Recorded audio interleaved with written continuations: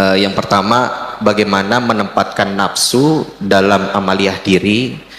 Yang kedua, adakah tips atau cara pada saat muhasabah kita tidak terjebak dalam perenungan dosa? Mungkin itu saja Bu ya yang ingin saya sampaikan. Assalamualaikum warahmatullahi wabarakatuh. Assalamualaikum.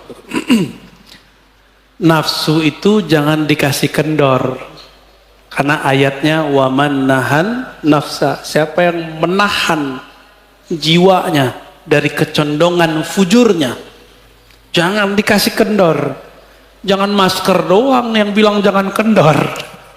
Ini masker jangan kendor, giliran nafsu dibiarin. Nafs itu tidak hanya itu, nafs itu ada zahir ada batin. Zahirnya nafs makan, pengen terlihat lebih baik depan orang. Batinnya nafs pengen dihargai, pengen dianggap alim, pengen menggurui orang, tidak mau digurui. Ini hati-hati. Masih ingat iblis? Iblis itu nafsnya pengen minta dihargai, bahasa Arabnya istakbaro. Jadi istakbaro itu bahasa halusnya pengen dihargai. Bukan saya pengen dihargai, tapi emang harusnya begitu. Ah, ini hati-hati. Orang-orang yang tersinggungan mulu hidupnya, hati-hati tuh. Jangan-jangan antum melihara kibr, salah satu karakternya nafs. Hati, biasanya pengurus masjid kena ujian begitu tuh. Pengurus masjid, guru-guru, syekh-syekh, kiai-kiai, pejabat-pejabat, atau mantan pejabat. Dia mantan masih pengen dihargai seperti pejabat. Namanya post power syndrome, tahu? Ya, dia dulu ngurus masjid, sekarang kan bukan. Itu di banyak masjid saya ketemu begitu Pak. Di banyak masjid, saya nggak tahu masjid sini ya. Dinamikanya mungkin 11-12 lah, bener ya, sama lah. Karena masjid ini tempat nyembah Allah. Setan nggak mau diem Pak, dia bikinlah pengurus tekar sama pengurus. Antum yang tengkar kena udah. Kalau berbeda boleh, tengkar ya nggak boleh. Berselisih itu rahmat, ya nggak boleh, itu takhasum, bermukhasamah. Mulai kemudian orang kalau udah mukhasamah tengkar, nyari kesalahan orang nggak? Ada beberapa masjid udah kayak partai politik Pak. Mau milih ketua itu udah pakai, waduh ya salam, udah ada tim sukses segala. Ada grup baru lagi. Ya salam. Semoga Masjid Nabawi seperti nur Nabi Sallallahu Alaihi Wasallam, berselisih untuk maju, bukan berselisih untuk bertengkar. Amin. Nafs ini fiha lazzah, hawa nafsu itu ada lezatnya. Ini saya ngomong begini, itu ada nafsunya. Kalau saya menikmati ngata-ngatain orang, maka saya niatkan kalam saya ini ngata-ngatain diri saya sendiri. Pahit loh Pak ngata-ngatain diri sendiri itu. Enggak enak banget ngata-ngatain diri sendiri itu. Maunya dia mau ngata-ngatain orang mulu. Enggak mau muhasabah diri, maunya menghisap orang mulu. Itu karakter kita, itu karakter nafs itu.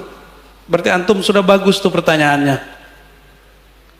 Saya gitu ya, dengan pakaian begini merasa nggak pantas. Emang nggak pantas Pak. Cuma meskipun kita bukan orang soleh, kita mau meniru orang soleh walaupun hanya pakaiannya. Semoga dengan meniru pakaiannya nanti akhlaknya pun nempel ke tubuh kita. Kalau akhlaknya sudah nyampe, semoga karakter kolbiahnya juga masuk ke dalam diri kita. Nah ini, jadi gimana caranya? Jangan kasih kendor. Kasih kendor, kasih sanksi. Allah itu memberi sanksi nggak kepada jiwa ketika dia tidak mau mengakui Allah sebagai Rabb? Dikasih sanksi, nggak dikasih makan. Maka antum yang lalai kepada Allah, kasih sanksi, matanya nggak boleh tidur 1 jam, kurangi zikir, baca Quran, sholat. Harus disangsi diri kita ini, diberikan dia hukuman, disiplin. Masa orang ada disiplin kerja mencari dunia, tapi dia nggak disiplin kerja untuk akhirat? Orang yang tidak sukses di masa tuanya dunia karena dia masa mudanya tidak disiplin. Sepakat? Benar? Bapak, kenapa saya bisa baca kitab apa saja sekarang? Karena saya disiplin dulu di umur, mulai dari umur 15 tahun saya belajar baca kitab, jadi telat belajar kitabnya. Kawan-kawan mungkin umur 12 sudah mulai hafal alfiah, saya baru belajar itu umur 15. Karena saya tahu ini ilmu mahal, nggak pernah kita tinggal lagi. Kuliah pun, ketika orang tua saya mengatakan, nak cari kerjaan, bapak susah. Saya bilang, Pak, apapun, tolong beasiswain saya 4 tahun.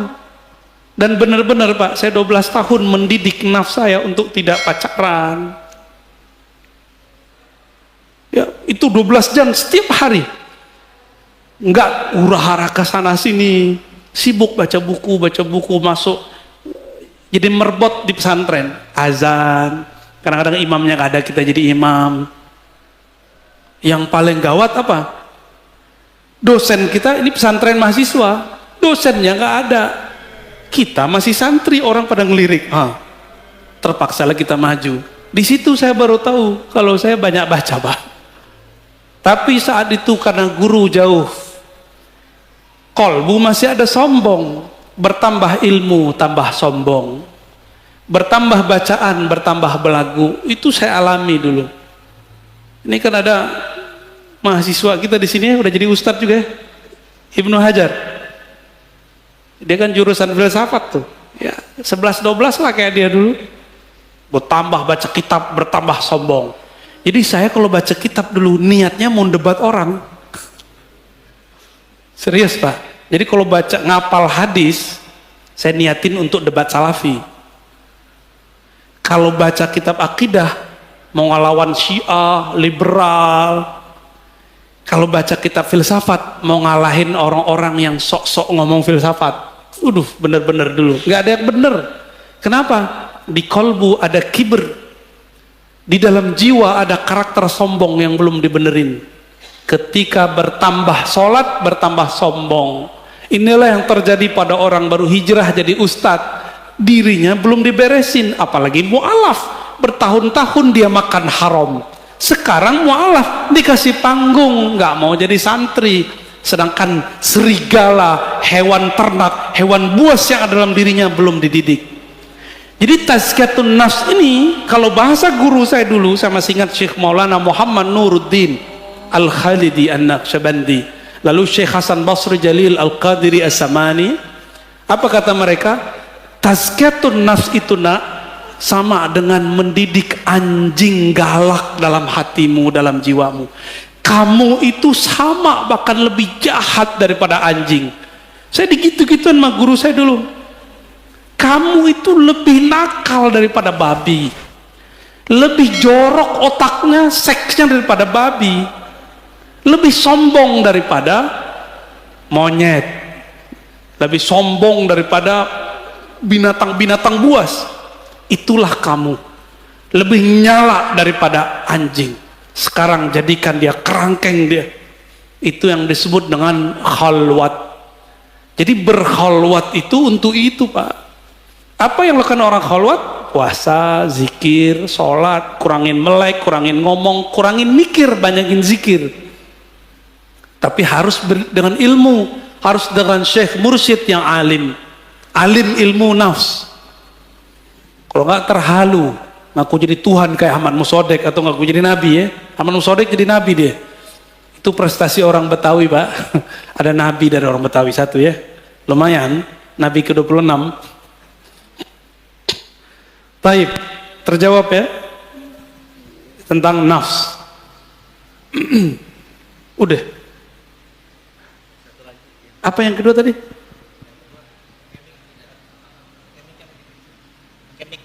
Yang kenceng aja ya. Satu. Yang kedua itu Bu ya, bagaimana supaya pada saat kita bermuhasabah kita tidak terjebak dalam perenungan dosa. Muhasabah itu adalah cara kerja taubat. Muhasabah itu efeknya dua-duanya bagian dari tobat.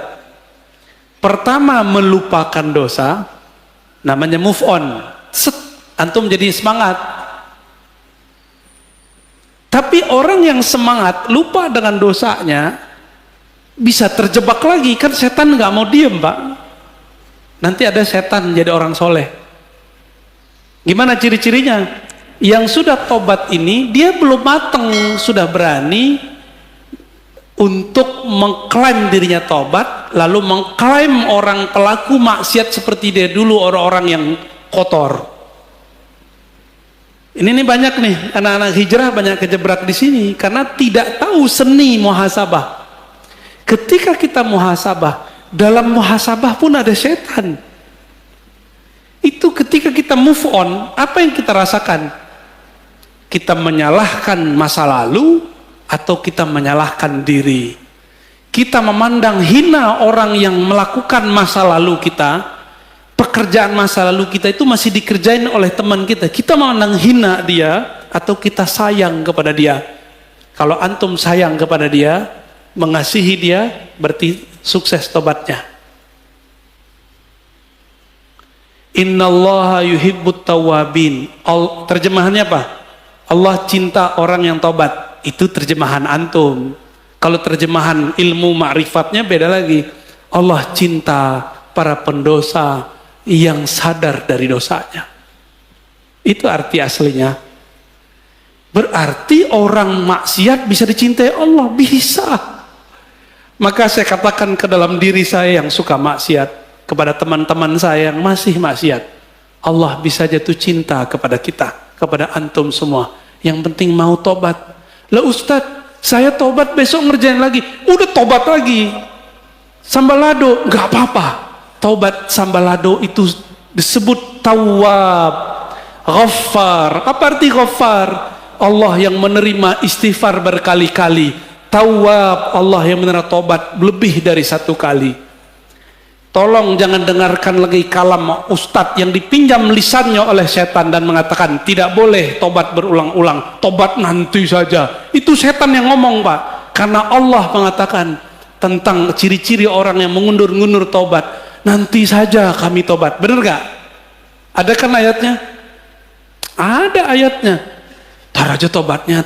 Kata kiai tobat itu cukup sekali. Gak benar. Tobat itu berkali-kali. Maka ada lafaz tasdik, tawwab. Coba tanya kepada orang ahli nahwu sorof. Apa arti tawwab? Orang yang terjebak berkali-kali kepada maksiat, dia pun berkali-kali tobat. Sampai tobat itu jadi makomnya. Jadi saya kalau melihat ada orang maksiat, saya bawakan ke diri saya sendiri. Antum jangan jijik ngelihat perempuan yang buka aurat. Mata antum kan menikmati, ya toh? Jujur tuh yang senyum-senyum tuh, jujur tuh, ayo senyum. Pada bengong kan? Itu kita munafik ke dalam diri kita sendiri. Coba sesali ya Arab, aku mengatakan orang itu hina tapi aku menikmatinya. Gawat gak? Kita jijik katanya, benci melihat orang buka aurat, tapi mata antum tuh gak bisa lari dari dia. Bisa gak mata kita lari dari orang cantik, bening, buka aurat? Gak bisa. Antum gak ghudul basar di depan orang. Antum bisa ghudul basar depan masyarakat, depan teman. Di rumah buka Instagram bisa ghudul basar nggak? Saya nggak yakin. Jangan sok suci. Maka karena kita ini nggak ada yang benar utuh, makom pertama yang mesti kita buka adalah makom taubah. Ya, pribadi yang suka tobat. Jadi orang yang tobat itu level pertamanya move on, lupa sama dosanya. Tapi dia tidak membenci pelakunya. Ada yang kedua, selalu ingat maksiatnya. Orang begini, kalau dia punya guru mengajarkan tobat, dia tahu cara tobat. Kalau dia tobat, selalu ingat ciri-cirinya banyak nangis, banyak merindingnya. Kalau ingat begitu, selalu ingat dirinya yang hina. Orang begini nggak sempet mikirin orang. Jadi kenapa ada orang hijrah, habis itu ngata-ngatain temannya padahal baru kemarin sore hijrah. Berarti dia hijrah baru pakaian dan fikrahnya, belum nafsnya. Bisa paham kenapa teman antum sekarang musuhin antum. Kenapa teman kita dulu, teman-teman ngopi bareng, ngafe bareng, sekarang malah ngajak berantem terus di grup, malah nggak mau lagi semajelis. Itu karena dia baru di sini hijrah, tapi di dalam ini belum hijrah, apalagi kolbunya ya. Mana ada orang ahli zikir sibuk posting video, ya nggak? Cukup lah ya. Baik teman-teman, cukuplah ayat ini. Waman jahada fina lanahdiyannahum subulana.